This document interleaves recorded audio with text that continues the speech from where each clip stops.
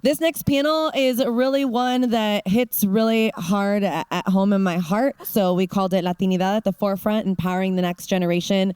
I'll have each of you sort of introduce your focus area. That way we can set the scene and kind of talk a little bit about who you're here representing on behalf of as we think about how we're empowering the next generación. I'll just start off. So my name is Rolando Sanchez. I'm a farmer by trade. I run a vineyard management company in Napa. We farm about 3,500 acres, and predominantly in Napa and Sonoma.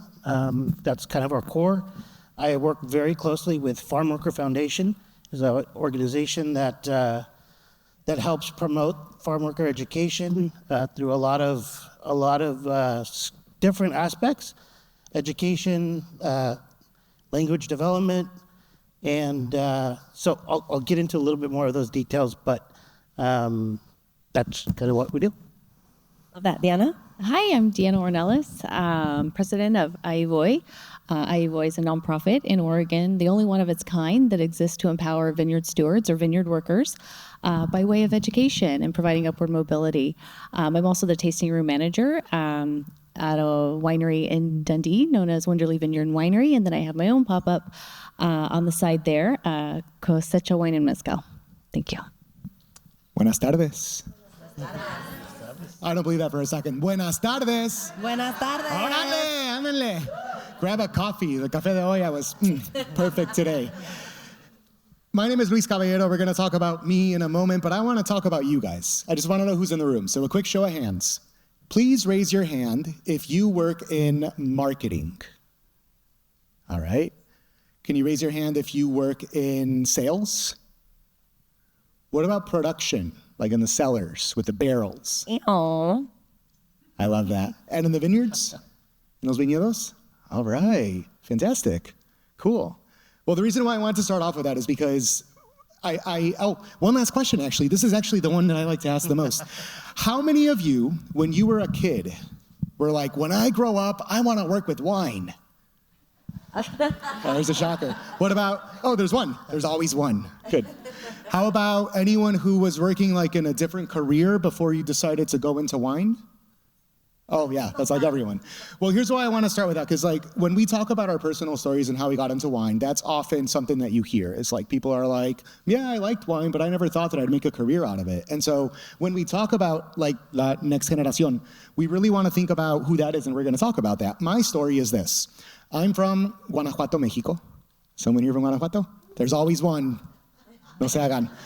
And I moved to the United States when I was 15 to Chicago.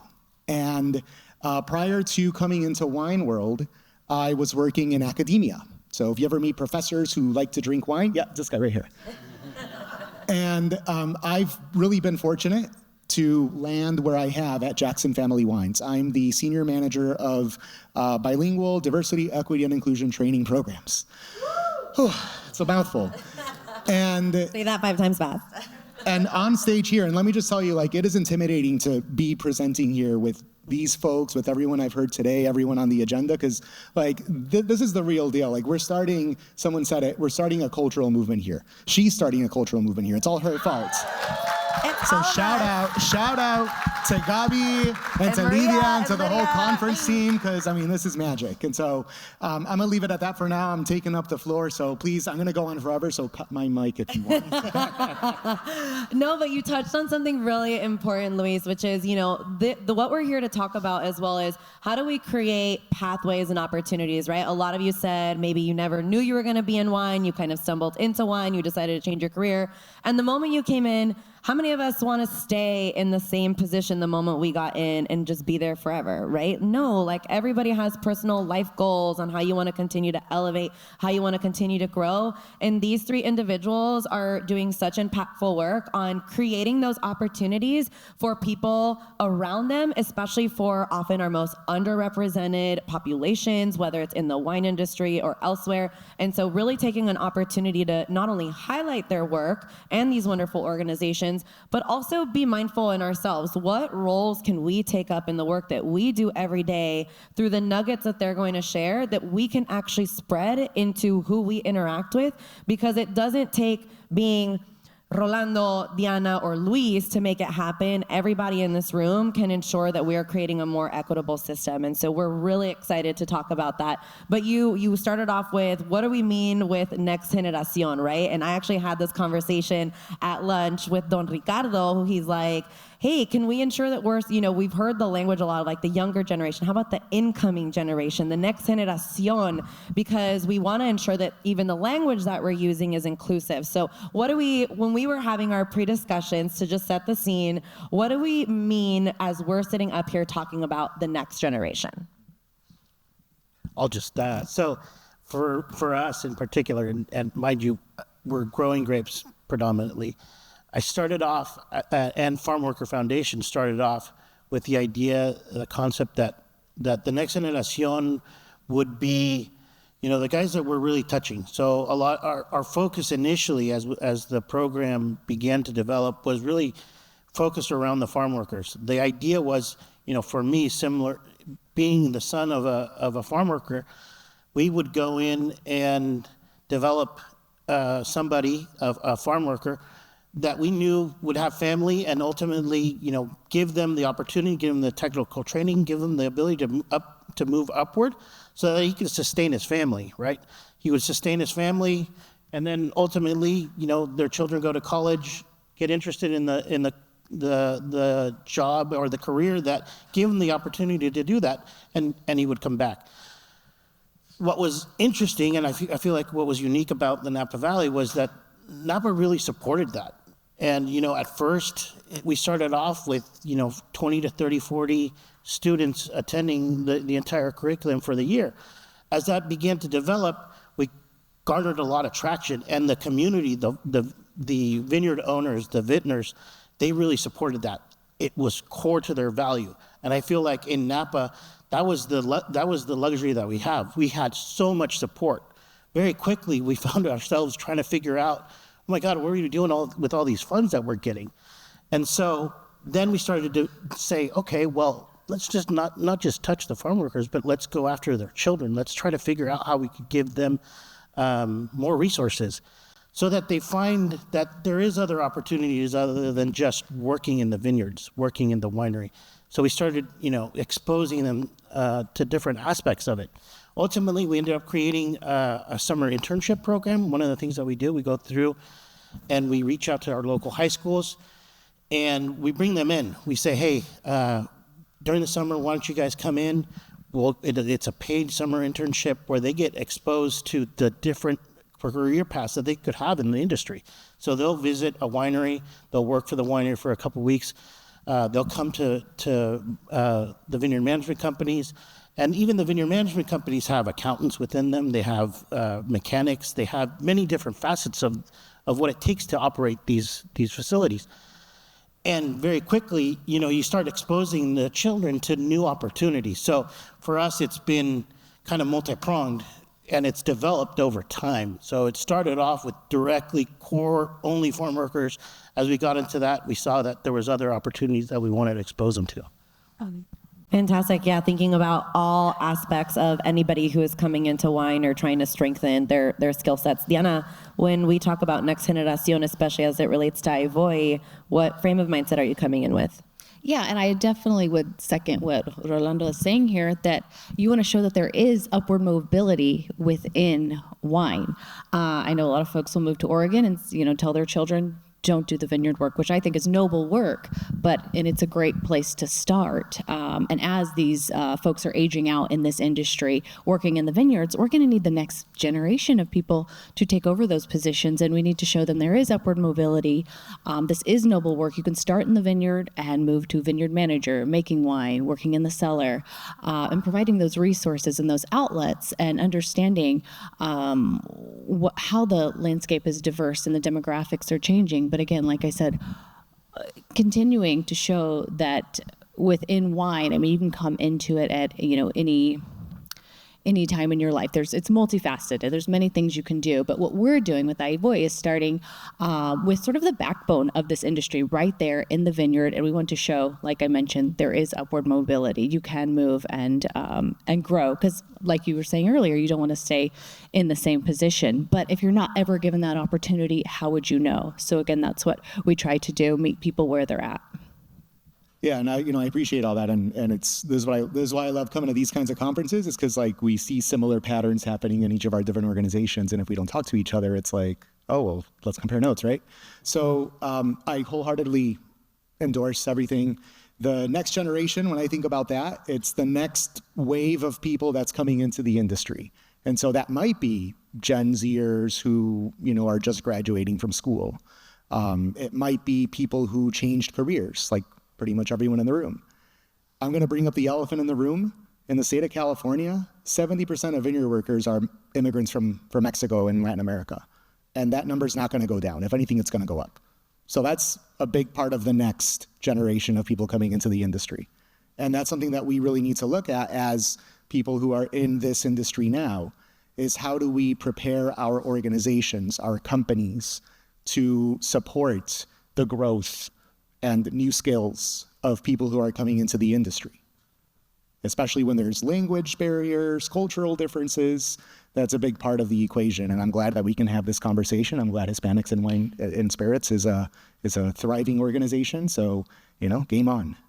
Yeah, Luis, talk a little bit more about the specific programs, especially that you help oversee and develop. Programs are obviously really important when it comes to different businesses, whether you're a large institution like Jackson Family Wines, whether you're the Napa Valley Farmworker Foundation, Ivoy, but your programs have to be meaningful, right? And you also have to see, what does that impact actually look like? So what have you guys been working on at Jackson Family Wines that you oversee, that you're just like, this is actually supporting an echo chamber for people to continue to grow their career?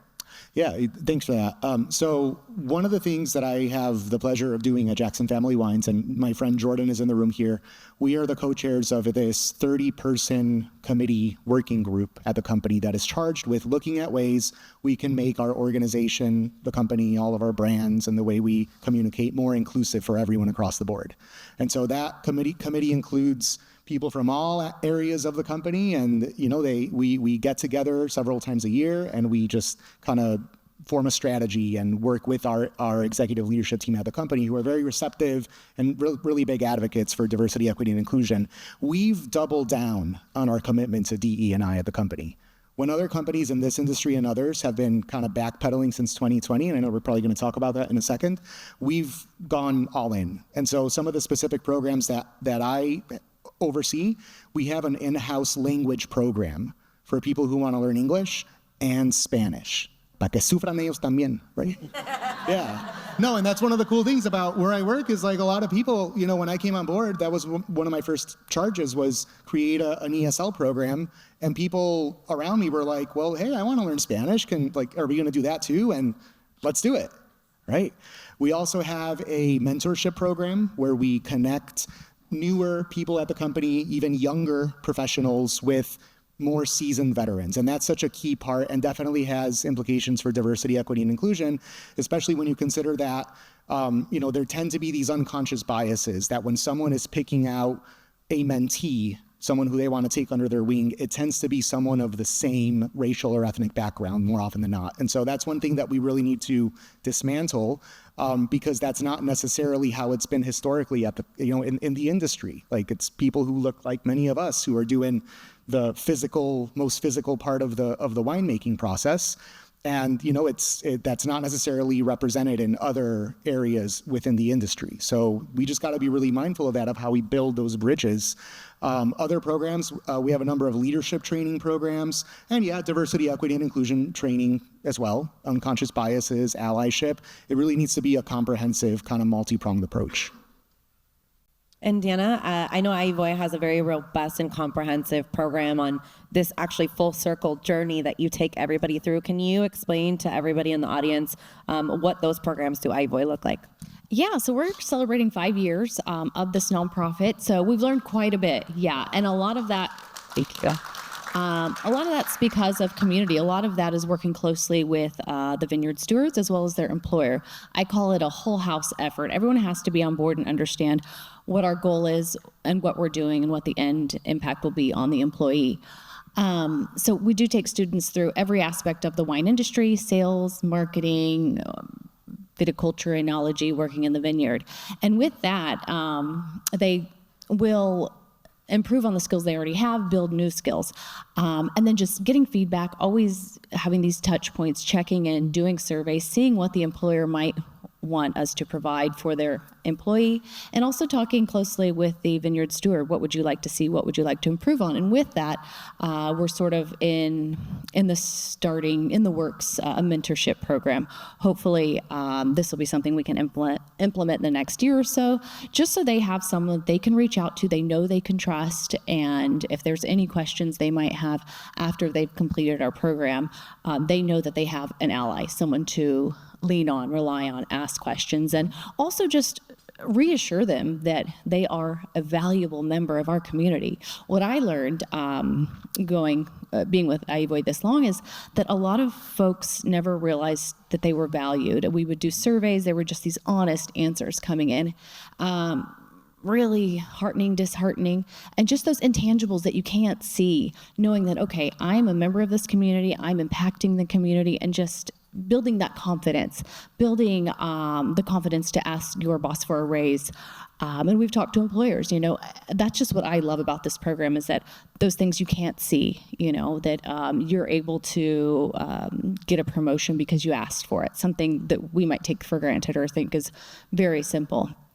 And lastly, anybody who completes the program, we have implemented continuing education programs such as pruning courses, again, something they can find useful after they've completed their program and still continue to use after they've left Ahí as well. And Rolando? Yeah, so very similar. I think we've done a lot. There's been a lot of overlap in terms of some of the courses that we're doing. We do a lot of summer internships. We're doing computer classes. That's been a pretty new addition. Obviously, language has been a struggle, and so that's been an area of focus that we've worked on for a couple of years. I think we're in the 11th year of the program, and we're starting to try to kind of deviate a little bit more into the newer generation, the folks that are coming out of high school, maybe looking at a career path or maybe going to college. And so I feel like for us, there's been, there's challenges in every one of these steps. A lot of the farm worker children had not been exposed to the or the path to college, and so we've worked on going out and having that connection. Interestingly enough, going to UC Davis a couple days ago at that job fair, they were saying that the student participation or enrollmentship in the university for viticulture was at an all-time low. So, and I think a little bit of that speaks to the challenges that the industry is facing. Ultimately, we need to develop that connection and develop those students. So trying to grow that connection, trying to open that area for us has been, the initial part of it, but we're trying to continue it. Yeah, and on that note, obviously all three of you being in such prominent positions to have that impact. I know during our time off stage, we were talking about why it's important to have advocates at the top, right? When we're all in these rooms, when we're all in these spaces, how we can create that change. Can you speak to a little bit about that in terms of your role, your leadership, who you tend to be around, and how you actually gather that support, right? Because at a time when, and I talked about this in the previous panel, like budget cuts and things like that, right? Like everybody's coming after DEI first. Right. I think one of the things that is very quickly asked of a lot of the financial people, CEOs, is what are we getting out of this? That we're doing a lot of effort.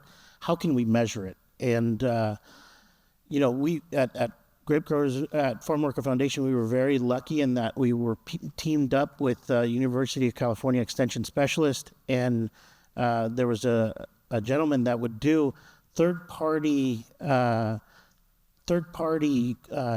testing and would go out to the different vineyard management companies and ask them, hey, how are you feeling on different aspects of your career and your job environment, and try to create a job satisfaction report.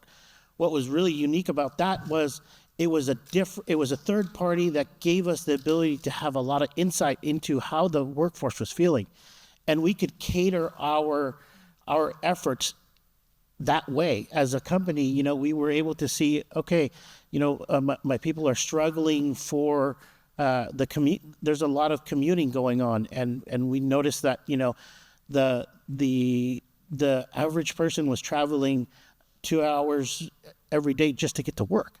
And so we started kind of putting a lot more attention on where are they going to show up to work. Okay, you're going to be at the southern side of Napa. I'm not going to make you go to Calistoga. Oh, you're coming from this area? I'm going to try to create a crew. If you're a single mom, and you got to drop off your child, I'm going to work with you. And a lot of them were coming together as a couple. So what we did was, hey, that couple is going to work together. They're going to drop their child off, and they're going to show up to work at the same location. So they're not having to spend an extra 15, 20 minutes. So it was fascinating to have that information, and it was fascinating to see how much more open they were with a neutral party. And so very quickly we were able to address different aspects of the points that we were kind of weak in. It's okay, it's great. We want to hear that we're really good at, I feel like in Napa we're real lucky in that we're afforded the ability to pay a pretty high wage rate, right? But there's other challenges, and one of the things that came out of this study was that, if you ranked what was important to the farm workers, wage rate, because generally speaking the industry was pretty competitive, it was like not the top. It was within the top 4 things that they've considered critical to their employment. So we were able to address, okay, these are the challenges that they're facing. Do you remember what the biggest? Commuting. And, I think Flexibility. I think one of the things that, the labor force has changed, obviously. There's not a lot of labor, and the females, there were more females starting to come in. And originally there was a desire to keep the crews separate. We would have females working in the fields at different locations than the males, and what we found out is it was better just to combine them, and it made it easier for single mothers to come in and not have to go drop or commute to 2 different locations just to get to work. There was a lot of synergies that we gained by just combining the groups. I think some of the talk that would happen, where if it's all guys, we're talking this way and we're very comfortable, you'd throw a female in there and things would kind of calm down. So Se portan mejor los hombres cuando hay una dama, ¿verdad? I don't know how to say it, but there's some things that things settled down, and we picked up a lot of synergies, and we could see the neat thing about this survey was that we continued to get support for it from the University of California, and we would get to see a path and a trend as we implemented these different initiatives. Deanna, do you want to expand on that for Ivoy? Could you repeat the question? Yeah, I was sharing sort of when we talked about just insight into, moments where it's important to be an advocate in that space, and knowing that the 3 of you are in a position to really be able to push forward, whether it's having research done so that you can understand how to better support the systems and the people, right? I always come with like a people first mindset, and that's me. And I think that's lacking a lot in our industry. And so you all 3 being in those top leadership positions, how do you foster then taking that role and translating that into the opportunities that you can then give towards programming or other things like that? Yeah, I mean, at least in our organization, the majority of the board has to be of Hispanic descent, because just personally, how are you going to really positively impact those people you want to help if you don't have an understanding of where they're from, their stories, their narratives? And then also just speaking to those people who are in power, helping them to just believe our stories, our narrative, our experience, and, just do away with the means testing. I mean, have you ever offered your vineyard steward any type of continuing education? A lot of folks haven't. There's a lot of untapped knowledge out there. Folks who've been at the same company in the same role for many, many years and have never had the opportunity to explore other facets of the wine industry. So yeah, being, around people who have the tools to offer and provide those types of opportunities, to others, it's definitely had a huge impact. Yeah, and Luis, for you, especially at a company as large as Jackson Family Wines, who I believe they actually include people as a pillar in their, it's your first pillar in the ethos, exactly. Yeah. And we clearly see that through the programming. And so having you in that position, what does advocacy really look like there, and the buy-in that sometimes is needed on large global scale companies like that to actually care and continue to foster and pour into programmings like this? Yeah, I find myself often being like the middleman, the go-between between the two worlds, if you will. Yeah, in any organization, when you're higher up on the chain of command, you're just more removed from what's happening in the day-to-day, literally on the ground, in this case, in the vineyards, in the wineries, really anywhere in the company. And so, what really helps is sharing information. Info hoarding is one of the biggest barriers for inclusion, in my opinion, and in what the nerdy academic literature I read all day says. But straight up, it's we have to create an environment in the places we work where people can feel comfortable speaking up. And it doesn't even have to be like a whole big telenovela or anything. It can just be, hey, I have an idea, I have a suggestion. What if we try doing things this way, right? Going to other people in the organization, regardless of rank and title and years of tenure and everything else, that's really what inclusion is, in my mind. It's a certain sense of psychological safety to take that interpersonal leap and say, hey, I think there's a way that we can do things better, and here it is. So just sharing information, kind of being that go-between between the two, two worlds, if you will. And I love what was said before about researching in the sense of finding out straight from the source. One of the signs of true leadership is when leaders go to the people who they work with and say, what do you need? What can I do to make your life easier? Nobody wants to come to work and be like, oh God, here we go again. It's we want to feel heard, we want to feel valued and visible, especially Latinos. I'm going to quote this lady right here in the LA Times, told them, wine is so Latino, it hurts. When you look at the history of this industry and the history of the state. So true leadership means they got to listen. And at Jackson Family Wines, they're receptive. They listen to what we say through the various channels of communication. What helped was that a few years back, we as a company took a really important step and asked really hard questions of ourselves and of the people who, maybe weren't historically heard or seen in the industry. We got a consultant to come in back in 2019 to do what they call a diversity climate study, and where they actually go in and survey everyone. Every organization should do that, I think, because you need to establish a baseline. That's how you're going to be able to measure success. Is if you know what your starting point is, you see what the biggest concerns or challenges are for people working with your organization, and then a few years later, go back and revisit that, right? And say, here are the areas where we've grown, here's the areas that have stayed the same, here's how we got to change things up.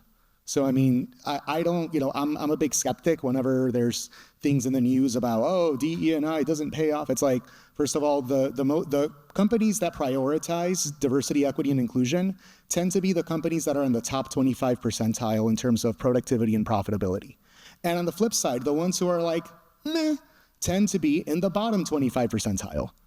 Companies that prioritize diversity have more creativity, more innovation, and you know what else? Generally speaking, there's half as many meetings. There's fewer meetings, right? So it's like, so there's just, there's a lot to be said about it. And something like 66% of companies across the country still continue to say DE&I is a top priority, one of the top priorities anyway, at their company. So, a lot of times the people who are shouting the loudest get the most attention. But let's just keep in mind that a lot of companies are doing the work, and everyone in this room is doing the work, and everyone who's on this stage is doing the work. And it really ends up being up to us to continue to lead the charge. So give yourselves a round of applause for all you do. Calladitos no se ven más bonitos. And I do want to touch on success, right? And how do you measure success in DEI, especially at a time when you do see people cutting back on DEI programs? You threw out 66% of people prioritize that. I actually came across this number that I want to read.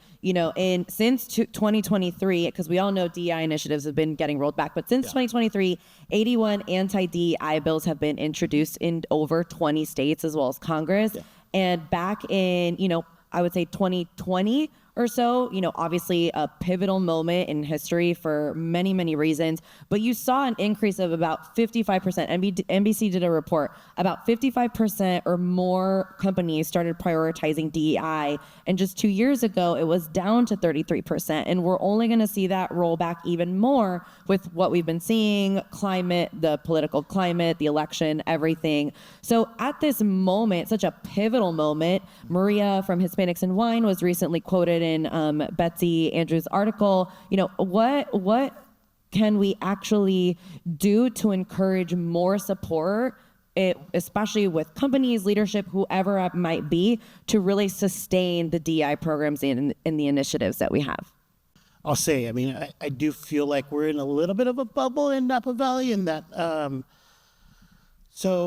you look at the history of Napa, there has been a lot of effort from the growers and the vintners to establish programs to help the farm working community, right? You look at, whether it's housing, whether it's healthcare with LA Health, housing with Farm Worker Housing Authority, Farm Worker Foundation, really trying to take the lead on education. There is a little bit of, there is the mentality, the people and the culture in Napa are a very progressive group. I'm standing here today because of exactly that. There is a lot of belief in the people. I think when you look at the industry, people are our most scared resource. And at this point, really we could not, I think we've integrated a lot of mechanization, which helps create a lot of technical jobs. We could not harvest the amount of grapes that we pick by hand if I wanted to. Not even half of the grapes that we harvest are picked by hand. I mentioned that because while it said, mechanization is the solution, yeah, it's part of the solution, but because of mechanization, you really need higher technical staff. You need people that are trained mechanics, engineers. You're starting to bring in a whole nother facet. So what I think the trick is to try to take these challenges that we're faced with and see them as opportunities, right? You're replacing, entry-level labor for a very skilled workforce. And so that's been, I think, the key to the Napa Valley success is that we take these opportunities and we try to turn the tide and create new opportunities. The labor force is becoming more scarce, and this is a great opportunity to do that. Lisa or Deanna, care to comment? I'd agree with you there. We speak about environmental sustainability, all of these sustainable things. There's also social sustainability, I think. People, and you said people is the top of your list in your company. Same with us. I think that's something that we can tap into, taking care of the folks in our community and the folks who work with us, work for us, whether that's by way of more technical skills, more education. We found that, a more educated community is a healthier community. We've got a stronger workforce overall, and that's going to have a huge impact, just outside the industry on the community as a whole. So I think that other leg of sustainability would be people, for sure. Yeah, and to that end, our customers, our consumers, our clients care about that, especially younger generations, right? Gen Z is the most racially and ethnically diverse generation in American history. So, that's who our customers are, and that's something that many of our customers value, and they want to know, what is this company doing around these issues? That really resonates with a lot of people. So that's, I think, that ends up being, in my experience, a really persuasive fact to point to when people are wondering, should we be doing this? What's the best way to do it? And I mean, just listen to the people working in the organization, listen to the people who are working out in the vineyards and in, other areas who maybe haven't really gotten a chance to be given the microphone before. So I'm all for it, obviously. And that's the way that I think the industry needs to continue to move. Mm-hmm. As we also talk about, the success that all of the programs that you've been a part of have had, are there any stories that stand out or specific things like conferences or things like that you have found that other people could be emulating or at least pour into and be a part of? Like, I think y'all just did Cultivar just a couple of weeks ago, maybe days ago, things along those lines. And you don't even necessarily have to speak to that one, Rolando, but I want the audience to maybe absorb and take away, what do these really look like in practice? How do we define that success? And how can maybe people in the audience take some of that away to either bring back to their companies, start investing in being a part of, and signing up people from their own companies to take part? For us, it's a vineyard management company. It's the farm workers. So anytime you could try to tie in the challenges that we're facing, unique to the job that we're doing, and come up with solutions, great. There is a labor shortage. We're going to come in and we're going to try to mechanize. We're going to try to understand the opportunities of new positions that we're going to create. Trying to tie as much of that in is, and have that be heard to our management staff or our CEOs, CFOs, because very often they don't really, they're managing the financials of the business at a very high level. Very seldomly are they hearing when the successes have happened. I think, I put my farmer hat on, and we're very good at getting the job done, very bad at talking about what it took to get it done. And many people want to hear that story, right? That's the beautiful part of this. If we could, I feel like if the consumer is wanting to hear, what is that story that you're telling? What are the challenges that you're facing, so that I could buy in a little bit more? And I think as farmers, as growers, that's kind of maybe our weakest point. We're not telling that story well enough.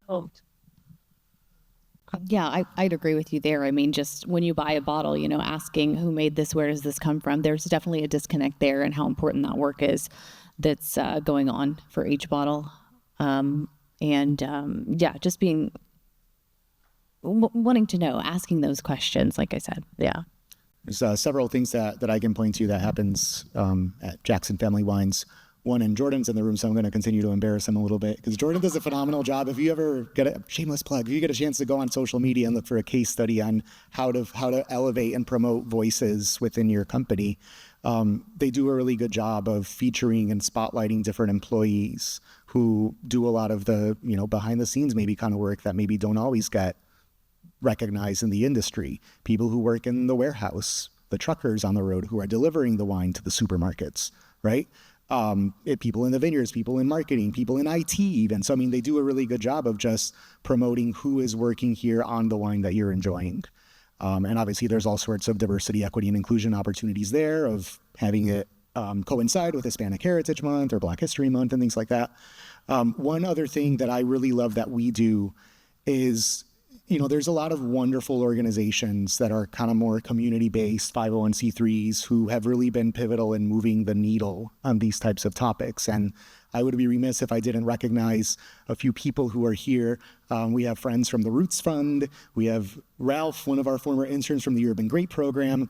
And that's something that I would love to see more companies maybe who are larger in terms of production volume is team up with these types of organizations, become a facility for people to come in and get experiential learning and training and internships to then be able to make their way through the industry successfully. And so we always enjoy hosting groups who come and visit us from these different organizations. And for anyone out there who's watching from any of our other friends in the industry, other large-ish companies, consider doing that if you're not doing it already. Amen to that. I guess my last question before I hand it off to the audience would just be, in your opinion, what have you seen that's really lacking, whether it be resources or whatever comes to mind? What's missing as we continue to have these conversations to create very sustainable programs? And how can the industry do a better job at really addressing those challenges? I think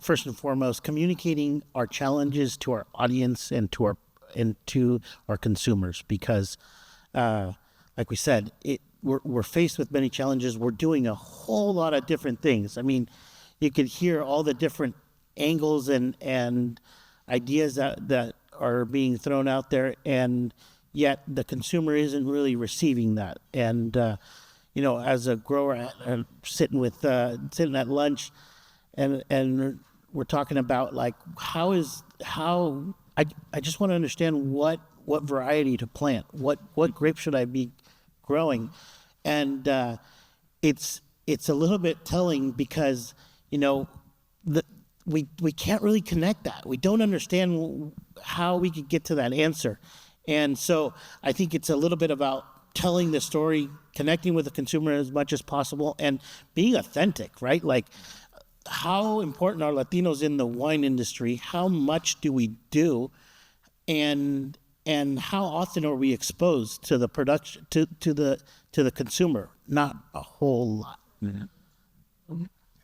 Yeah, and I would agree with you there. Just communicating, sharing that information, because a lot of times we are in the same boat together, if you will. And if we can come together, combine our powers, our resources, I think we can get a lot further. I think it was said earlier, more people will kind of move the needle ahead as well. Yeah, I mean, to that end, people have been talking earlier today in other sessions about the gatekeeping and the jargon and, how wine is it needs to be demystified more. And, we're sitting on a sleeping giant. Like, literally the people who are making the wine don't always know about the wine they're making beyond the process, the physical movement required to either harvest the grapes or work on the grapes or work on the wine, but as far as like tasting notes and, how you would then turn around and sell that wine to a certain consumer demographic, like that's something that, at least in my experience, people, don't always get exposure to if they're on the production side of things. So I think there's an opportunity there for all of our organizations to, encourage and build that bridge into Latino consumer markets. Well, I hope everybody here takes away from the fact that I think Diana, you just said it right now, like juntos somos más poderosos, and understanding that these three individuals are doing tremendous work, each in their own organizations. So anybody here from Oregon, definitely make sure you tap in with Diana. If you're here in California, or if you work for Jackson Family, you know who to tap in with. But especially like Rolando on the Napa Valley Farm Worker Foundation, knowing who to connect with if you are in HR and you can bring up, a conversation to your employer about what kind of programs you should be a part of, or how to get connected to the Farm Worker Foundation so that, people in your team can go ahead and access the education, the Cultivar conferences, whatever that might look like. We're going to be able to empower our workforce, absolutely everybody within that workforce, right? So that we continue to elevate. I also want to give a shout out to another organization that's not up on the stage, but it is the Diversity in Wine and Leadership Forum. Miriam is actually in the audience, and so you can attack her later on at the grand tasting with questions on how to participate, but she focuses a lot of her efforts as well on really building DEI initiatives and in programming that's going to be really impactful. So I'd like to take some time and open it up to the audience in case anybody has any specific questions that they'd like to ask any of these individuals. And I will ask you to use the catch box where the catch box is over there. Do we have a question in the audience? Yeah, Bruce, give us one moment. If Lalo, you can toss that on this way.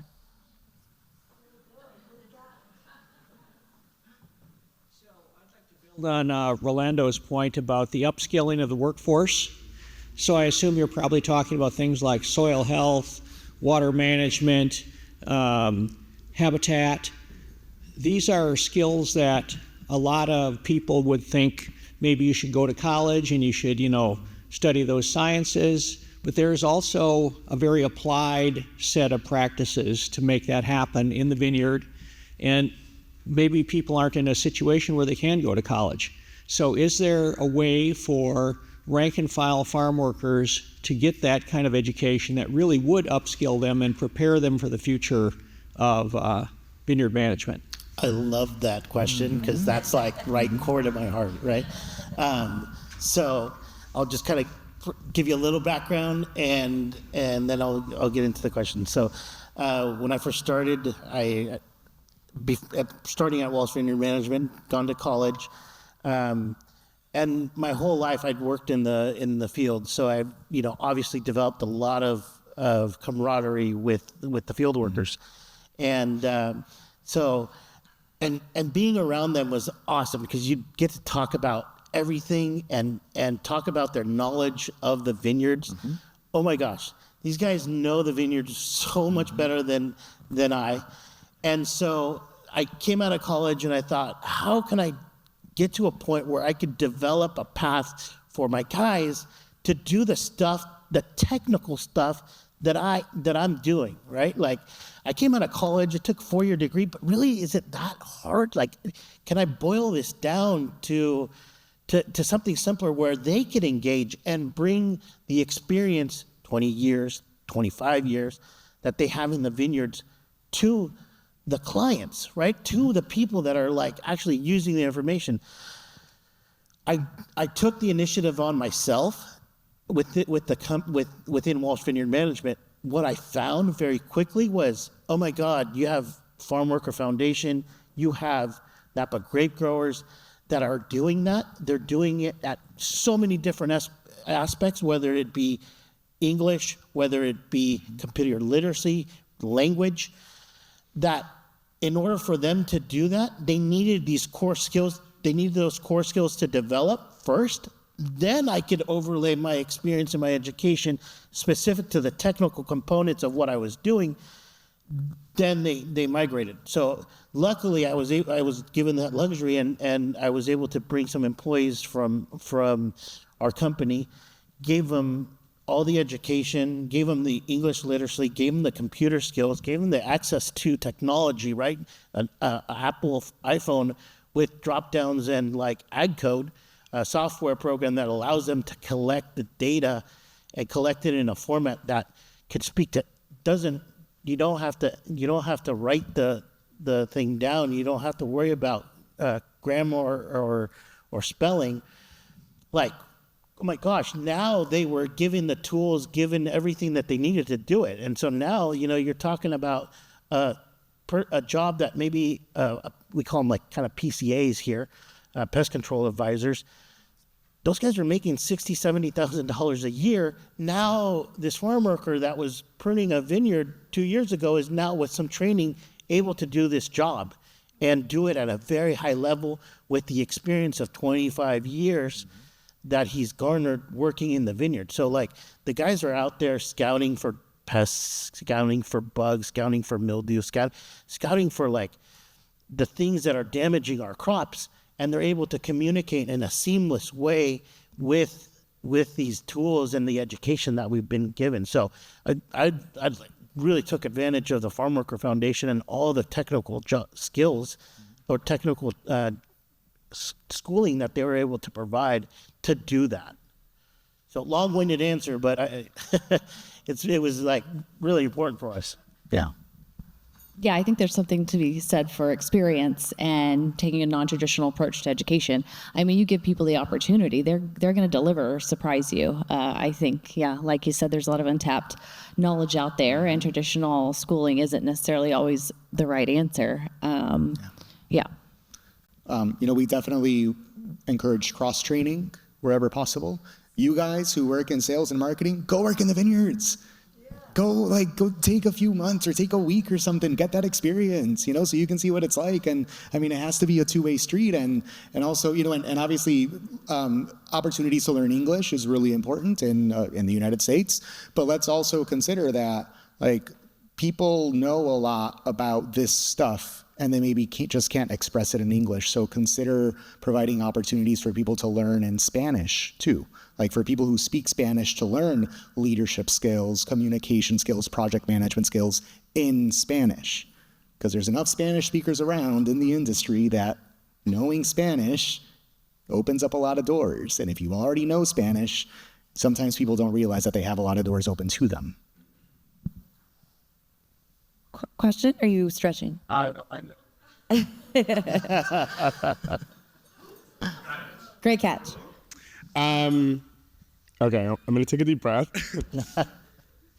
So one of the things that's really affecting us in this country, yes, it is just kind of like the DEI just being attacked. And I think within that same conversation, we also have an attack on trans and a lot of LGBTQIA folks living in this country. I'm someone that's queer and Latino. So for me, I like to also see my experience reflected. With a lot of DEI, I feel like queerness is sometimes left out of the conversation. And we're all Latino in here, we're all Latin.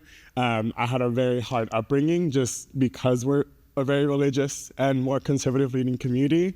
And I want to believe that everybody in here is pro just accepting.